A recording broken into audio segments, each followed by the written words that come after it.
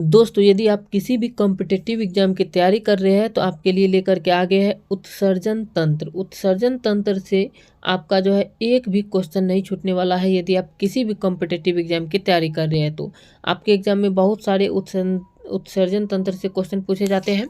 तो चलिए आपके लिए जो है लेकर के आए खान सर का PDF का, और इसके जो है पूरा कंप्लीट जो है उत्सर्जन तंत्र के क्वेश्चन को कवर कराने वाले हैं। चलिए PDF पे लेकर चलते हैं, इसके बाद आगे दिखाते हैं। ये वीडियो जो है हो सकता है 15 से 20 मिनट तक का वीडियो हो सकता है, लेकिन कंप्लीट जो है देख सकते हैं यहाँ पे आपको नीचे में दिखा देते हैं। यहाँ पे PDF में देख सकते हैं बायोलॉजी बाय खान सर का PDF है। ये खान सर के द्वारा जो बनाया गया है PDF, और यहाँ पे देख सकते हैं यहाँ तक है कंप्लीट। इसको बताने में अब 20 मिनट तक का भी समय लग सकता है अगर एक एक पॉइंट को बात करें तो। चलिए क्वेश्चन यहाँ से देख सकते हैं हम। सबसे पहले समझ लेते हैं उत्सर्जन तंत्र। ये थ्योरी क्लास होने वाला है। उत्सर्जन तंत्र जो है, ये उत्सर्जन किसको कहते हैं सबसे पहले ये जान लेते हैं। शरीर से अपशिष्ट पदार्थ यानी खराब पदार्थ जो है इसको बाहर से यानी जो शरीर से बाहर निकालने की क्रिया को उत्सर्जन कहते हैं। यदि शरीर में कोई हानिकारक पदार्थ है यानी खराब पदार्थ है, उसको हम जिस क्रिया के द्वारा बाहर निकालते हैं, और ये क्रिया जो है उत्सर्जन कहलाता है। तो इस तरीके से उत्सर्जन का परिभाषा आप लोग लिख सकते हैं यदि उत्सर्जन के बारे में जानना चाहते हैं तो। उत्सर्जन का परिभाषा आप समझ गए। चलिए अब आगे बताते हैं उत्सर्जन तंत्र का अध्ययन क्या कहलाता है। तो उत्सर्जन तंत्र का अध्ययन यूरेटोलॉजी कहलाता है। उत्सर्जन तंत्र का अध्ययन जो है ये यूरेटोलॉजी कहलाता है, इसको याद रखना है। अगला पॉइंट है अंगों के वैसे समूह जो खराब पदार्थ को शरीर से बाहर निकालते हैं वो उत्सर्जी अंग कहलाते हैं। मानव के शरीर में उत्सर्जी अंग जो है ये कौन कौन से है ये भी बताते हैं, लेकिन सबसे पहले ये समझ लीजिए जिस अंग के द्वारा शरीर से जो है हानिकारक यानी खराब पदार्थ को जो है बाहर निकालते हैं वो अंग जो है उत्सर्जन अंग कहलाते हैं। उत्सर्जन अंग की बात करें तो यहाँ पे देख सकते हैं मानव के प्रमुख उत्सर्जी अंग जो है ये है फेफड़ा, यकृत, वृक्क, आंत और त्वचा। ये जो है यहाँ पे जो 5 गो आपको बताए, ये फेफड़ा, आंत, यकृत, त्वचा और वृक्क, ये पांचों मानव के उत्सर्जी अंग कहलाते हैं। मानव का उत्सर्जी अंग ये पांचों हैं, और इसकी पांचों के बारे में डिटेल से समझेंगे। चलिए अब अगला पॉइंट के बारे में बात करते हैं। अगला पॉइंट की बात करें तो यहाँ पे सबसे पहले फेफड़ा के बारे में जान लीजिए। फेफड़ा जो है ये कार्बन डाइऑक्साइड तथा वाष्पशील पदार्थों का उत्सर्जन करता है। कार्बन डाइऑक्साइड को और वाष्पशील जो पदार्थ होता है उसका उत्सर्जन जो है ये फेफड़ा के द्वारा ही होता है। और अमोनिया जैसे खतरनाक पदार्थ को यूरिया जैसे कम खतरनाक पदार्थ में बदलकर उसके उत्सर्जन में प्रमुख भूमिका निभाते हैं। ये भी फेफड़ा ही भूमिका निभाता है। समझ गए। चलिए अगला पॉइंट है, यहाँ आप देख सकते हैं कि त्वचा पसीना तथा सीबम का उत्सर्जन करती है। त्वचा यानी चमड़ा जो होता है ये पसीना और सीबम का उत्सर्जन करता है। तो पूछा जाएगा पसीना तथा सीबम का उत्सर्जन किस अंग के द्वारा करता है, किस अंग के द्वारा होता है, तो ये होता है त्वचा के द्वारा। अगला जान लेते हैं किडनी के बारे में यानी वृक्क जो है इसके बारे में जान लेते हैं। वृक्क जो है यह सबसे प्रमुख उत्सर्जी अंग है। इसकी संख्या 2 होती है। इसका आकार जो है सेम के बीज के समान होती है। वृक्क का आकार की बात करें तो ये सेम के बीज के समान होता है, और मानव शरीर में ये वृक्क जो है 2 वृक्क की संख्या में होती है, और सबसे प्रमुख उत्सर्जी अंग वृक्क ही कहलाता है। अगला पॉइंट की बात करें तो प्रत्येक वृक्क का भार लगभग जो है 140 ग्राम होता है, प्रत्येक वृक्क का भार। और वृक्क पेरिटोनियम नामक झिल्ली में बंद रहती है। वृक्क जो होता है ये पेरिटोनियम नामक झिल्ली होता है, उसी में बंद रहता है वृक्क जो है। और यह दाहिना किडनी यकृत के दबाव के कारण नीचे दब जाता है। ये दाहिना किडनी जो होता है यकृत के दबाव के कारण ये दाहिना किडनी नीचे दब जाता है। दाहिना किडनी नीचे दबा रहता है किसके कारण, तो ये यकृत के कारण दबा रहता है नीचे। अगला पॉइंट की बात करें तो कहता है कि वृक्क का बाहरी भाग उत्तल जबकि भीतरी भाग अवतल होता है।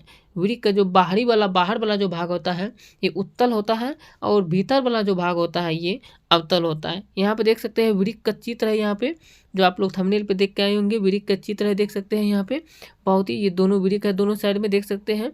ये क्या कहते हैं मूत्राशय कहलाता है, यहाँ पे देख सकते हैं। इस तरीके से ये चित्र है, इसके बारे में डिटेल से आप लोग थंबनेल पे देखे होंगे। थंबनेल पे एक वीडियो हम फिर से एक बार समझा देंगे थंबनेल पे डिटेल से। चलिए पहले इसको जो है पॉइंट बाय पॉइंट इसको समझ लेते हैं, फिर थंबनेल पे इसके चित्र को भी समझा देंगे जो है नाम से जहाँ जहाँ नाम जिसका जिसका है। अगला पॉइंट की बात करें तो अगला पॉइंट का आता है, आप देख सकते हैं यहाँ पे कि वृक्क के बाहरी पतला भाग को कॉर्टेक्स जबकि आंतरिक मोटा भाग को मेड्यूला कहते हैं। वृक्क के बाहर में जो पतला भाग होता है उसको कॉर्टेक्स कहा जाता है, ये पतला भाग जो होता है ये कॉर्टेक्स कहा जाता है, और अंदर में जो भाग होता है मोटा भाग उसको मेड्यूला कहते हैं। अंदर में जो यहाँ पर भाग होता है इसको मेड्यूला कहा जाता है। तो इस तरीके से वृक्क के यहाँ तक समझ गए। चलिए अगला पॉइंट की बात करें तो अगला पॉइंट यहाँ पे दिया गया है, देख सकते हैं वृक्क के आंतरिक प्रवेश द्वार को हाइलम कहते हैं। प्रत्येक वृक्क में लगभग 30 यानी जो 3 लाख नसें होती हैं जिन्हें वृक्काणु कहते हैं। वृक्क के अंदर जो प्रवेश द्वार होता है उसी को हाइलम कहा जाता है, इसको याद रखना, हाइलम कहा जाता है प्रवेश द्वार को। और प्रत्येक वृक्क में जो होता है लगभग 3 लाख नस पाई जाती है, नसें पाई जाती हैं, और इसी नस को जो है वृक्काणु कहते हैं, नेफ्रॉन्स कहते हैं। अगला पॉइंट की बात करते हैं, हम दिया गया है वृक्क की कार्यात्मक इकाई नेफ्रॉन को कहते हैं, और मनुष्य के शरीर से उत्सर्जन का वास्तविक कार्य इन्हीं नेफ्रॉन के द्वारा किया जाता है, अतः इन नेफ्रॉनों को उत्सर्जी इकाई कहा जाता है। प्रत्येक नेफ्रॉन के मुंह पर एक कटोरी या प्याले नुमा संरचना पाई जाती है जिसे बोमेन संपुट कहते हैं। ये बोमेन संपुट जो होता है ये प्रत्येक नेफ्रॉन के सिरे पर जो है, ये मुंह पर जो है कटोरी नुमा पाया जाता है, उसी को बोमेन संपुट कहा जाता है। अगला बात करें तो अगला पॉइंट देख सकते हैं, यहाँ पे दिया गया है, यहाँ पे बोमेन संपुट ही रक्त को छानता है, निष्पादन या अल्ट्रा फिल्ट्रेशन करता है। बोमेन संपुट पदार्थों का पुनः अवशोषण करता है। बोमेन संपुट जो होता है ये पदार्थों का पुनः अवशोषण करता है और रक्त का छानने का कार्य भी ये ही करता है बोमेन संपुट। अगला पॉइंट की बात करें तो अगला पॉइंट यहाँ पे देख सकते हैं दिया गया है, अगला पॉइंट यहाँ पे देख सकते हैं वृक्क में रक्त को छाना जाता है। वृक्क जो होता है इसमें रक्त को छाना जाता है और इस क्रिया को जो है अपोहन कहा जाता है, अपोहन कहा जाता है, और अपोहन की क्रिया परासन विधि द्वारा होता है। आपको बात बता दें कि वृक्क में जो होता है रक्त को छाना जाता है और ये रक्त छानने की क्रिया जो है ये अपोहन कहलाता है, और अपोहन जो होता है ये क्रिया परासन विधि द्वारा होता है। अगला पॉइंट की बात करें तो अगला पॉइंट है डायलिसिस नलिका, जो कि कृत्रिम अर्धपारगम झिल्ली द्वारा बनी होती है। इससे होकर जब रोगी का अशुद्ध रक्त गुजरता है तो उसमें से अतिरिक्त यूरिया, एन धनायन, ऋण ए धनायन इत्यादि उत्सर्जी पदार्थ अवशोषित कर लिए जाते हैं। डायलिसिस एक कृत्रिम मशीन है जो किडनी के जैसे ही कार्य करता है। ये भी देख सकते हैं यहाँ पे किडनी का चित्र है, यहाँ पे देख सकते हैं किडनी का चित्र जो यहाँ पे दिया गया है, अच्छे तरीके से समझ सकते हैं। ये भी है इस तरीके से रहता है या इस तरीके से नेफ्रॉन का चित्र रहता है। चलिए अगला पॉइंट की इसके बारे में डिटेल से समझ लीजिएगा, थंबनेल पे जो है अगला पॉइंट की बात करते हैं। अगला पॉइंट की बात करते हैं, यहाँ पे देख सकते हैं दिया गया है, अगला पॉइंट की बात करें तो यहाँ पे कि धमनी से ब्लड यानी जो है धमनी, रेनल धमनी जो होता है इससे ब्लड एंट्री होता है ग्लोमेरुलस बोमेन संपुट में, यानी रेनल सिरा से ब्लड एग्जिट होता है, यानी जो है धमनी से जो होता है ब्लड एंट्री होता है और सिरा से जो है ब्लड एग्जिट होता है यानी बाहर निकलता है, और यूरिटर जो होता है यूरिन कहलाता है, यानी यूरिटर से ही यूरिन मिलता है, और अवशोषण जो है ये हेनले लूप के द्वारा होता है। अगला पॉइंट की बात करें तो मूत्र जो होता है यूरिन का निर्माण वृक्क ही करता है। यूरिन जो बनता है ये वृक्क के द्वारा ही बनता है, वृक्क ही बनाता है, जिसमें कि 95% जल पाया जाता है। यूरिन में जो होता है यूरिन में 95% जल पाया जाता है, 2% लवण पाया जाता है और 2.6% यूरिया पाया जाता है, और 0.03% यानी 0.3% जो होता है ये यूरिक अम्ल होता है। और बात करें तो मूत्र का पीएच मान जो होता है ये लगभग 4.8 से 8.4 तक होता है। मूत्र का पीएच मान 4.8 से 8.4 तक लगभग होता है, इसी के बीच में रहता है। और मूत्र की जो होता है प्रकृति अम्लीय होता है, मूत्र का प्रकृति अम्लीय होता है, और मूत्र का पीला रंग यूरोक्रोम के कारण होता है, जबकि मल का पीला रंग जो होता है ये बिलुरुबिन के कारण होता है। अगला पॉइंट की बात करते हैं, अगला पॉइंट है वृक्क अपशिष्ट पदार्थों का उत्सर्जन मूत्र के माध्यम से कर देता है और वृक्क जहरीले पदार्थों के प्रभाव को निष्क्रिय कर देता है।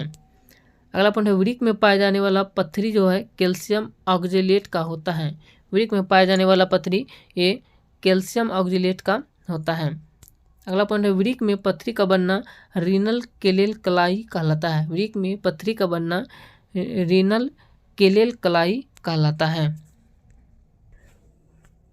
चलिए अब आगे जान लेते हैं अमोनियटिलिक क्या है। अमोनियटिलिक के बारे में, अमोनियटिलिक जो होता है वैसे जीव जो उत्सर्जन से अमोनिया निकालते हैं उसे अमोनियटिलिक कहते हैं। जैसे कि कीट, मछली, हाइड्रा। कीट, मछली, हाइड्रा जो है ये अमोनियटिलिक जीव कहलाता है, यानी जो है अमोनियटिलिक कहलाता है। इसी के द्वारा होता है कि इसका परिभाषा समझ गए। वैसे जीव जो उत्सर्जन जो होता है, उत्सर्जन से जो होता है अमोनिया, उत्सर्जन के रूप में जो है अमोनिया बाहर निकालते हैं, वही जो है अमोनियटिलिक कहलाता है। ये सब जो है कीट हो गया, मछली हो गया, हाइड्रा, ये जो है उत्सर्जन में जो है अमोनिया को बाहर निकालते हैं। अगला जान लेते हैं यूरेट, यानी जो है यूरियोटेलिक। यूरियोटेलिक क्या कहलाता है। वैसे जीव जो उत्सर्जन से यूरिया निकालते हैं वो यूरियोटेलिक कहलाता है। यूरियोटेलिक की बात करते ये जो है ऐसा जीव जो होता है ये उत्सर्जन के माध्यम से जो है यूरिया को ही बाहर निकालते हैं। जैसे कि स्तनधारी में आ जाता है मानव, पशु। स्तनधारी में आ जाता है मानव हो गया, पशु हो गया, ये यूरियोटेलिक जीव कहलाता है। अगला पॉइंट की बात करें तो अगला पॉइंट है देख सकते हैं यूरिकोटेलिक। यूरिकोटेलिक वैसे जीव जंतु जो उत्सर्जन से यूरिक अम्ल निकालते हैं यूरिकोटेलिका कहलाते हैं। जैसे छिपकली, पक्षी, गिरगिट और सांप, ये सब जीव जो होता है ये यूरिकोटेलिक कहलाता है। और ये जो उत्सर्जन के माध्यम से जो होता है यूरिक अम्ल को बाहर निकालने का कार्य करता है। अगला पॉइंट है देख सकते हैं कि ग्वानोटेलिक क्या कहलाता है। ग्वानोटेलिक वैसे जीव जो उत्सर्जन से ग्वानिन निकालते हो ग्वानोटेलिक कहलाते हैं। जैसे मकड़ी हो गया, ये सब जो है ग्वानोटेलिक जीव कहलाता है। ये उत्सर्जन से जो होता है ग्वानिन निकालते हैं। और कीटों में उत्सर्जन के लिए जो होता है हरित ग्रंथि पाया जाता है। कीटों में उत्सर्जन के लिए हरित ग्रंथि पाया जाता है। अगला पॉइंट है कि पेड़ पौधों का गोंद जो होता है, लाशा जो होता है, दूध जो होता है, उनका उत्सर्जित पदार्थ कहलाता है। पेड़ पौधों में गोंद, दूध तथा लसा जो होता है वो उत्सर्जित पदार्थ कहलाता है। आपको जो है इस वीडियो में जो है जो उत्सर्जन तंत्र जो था चैप्टर, इसका जो है कंप्लीट चैप्टर करा दिए, जो कि इससे बाहर आपका कोई भी एग्जाम की तैयारी कर रहे हैं आप तो इससे बाहर एक भी क्वेश्चन नहीं पूछा जाने वाला है, यदि आप एक एक पॉइंट को जान चुके हैं तो। चलिए आपको मिलते हैं नेक्स्ट वीडियो में, तब तक आपको बता दें कि ये चैप्टर देख सकते हैं उत्सर्जन तंत्र हो गया। इसके बाद चैप्टर का नाम है ज्ञानेंद्रिय। 5 ज्ञानेंद्रिय जो है इसके बारे में पूरा चैप्टर है। और यहाँ पे देख सकते हैं रक्त समूह हो गया, ये सारा जो है खान सर के PDF है। तंत्रिका तंत्र और भी बहुत बड़ा PDF है। तंत्रिका तंत्र और पेशिया उतक के बारे में जितने भी चैप्टर है, कंकाल तंत्र, डाइजेस्टिव सिस्टम, पाचन तंत्र जो हो गया, इसके बाद जो है श्वसन तंत्र, सारा चीज़ जो है कंप्लीट PDF है। यदि आप PDF का जो वीडियो देखना चाहते हैं तो प्लेलिस्ट पे जाकर के साइंस थ्योरी क्लास लिखा होगा, वहाँ पे जाकर के देख सकते हैं। यदि आप इस PDF को चाहते हैं तो आप लोगों को जो है PDF यदि चाहते हैं तो आप लोगों को जो है कमेंट करना है, और कमेंट करने के बाद जो है आपको जो वहाँ पे एक मोबाइल नंबर दिया जाएगा जिसके माध्यम से जो आप जो है उस PDF को प्राप्त कर सकते हैं। और इसके लिए कुछ फी रहने वाला है, बहुत ही छोटा सा फी रहने वाला है, और इसके बाद जो आप PDF को ले सकते हैं यदि आप PDF लेना चाहते हैं तो। नहीं तो आप वीडियो देखना चाहते हैं तो चैनल पे जाइए प्लेलिस्ट वाले ऑप्शन में, और वहाँ से जो है साइंस थ्योरी क्लास में जाकर के जो है सारा PDF का जो है जितना भी साइंस का है ऑल चैप्टर का थ्योरी क्लास करा दिए हैं। चलिए मिलते हैं नेक्स्ट वीडियो में। जय हिंद।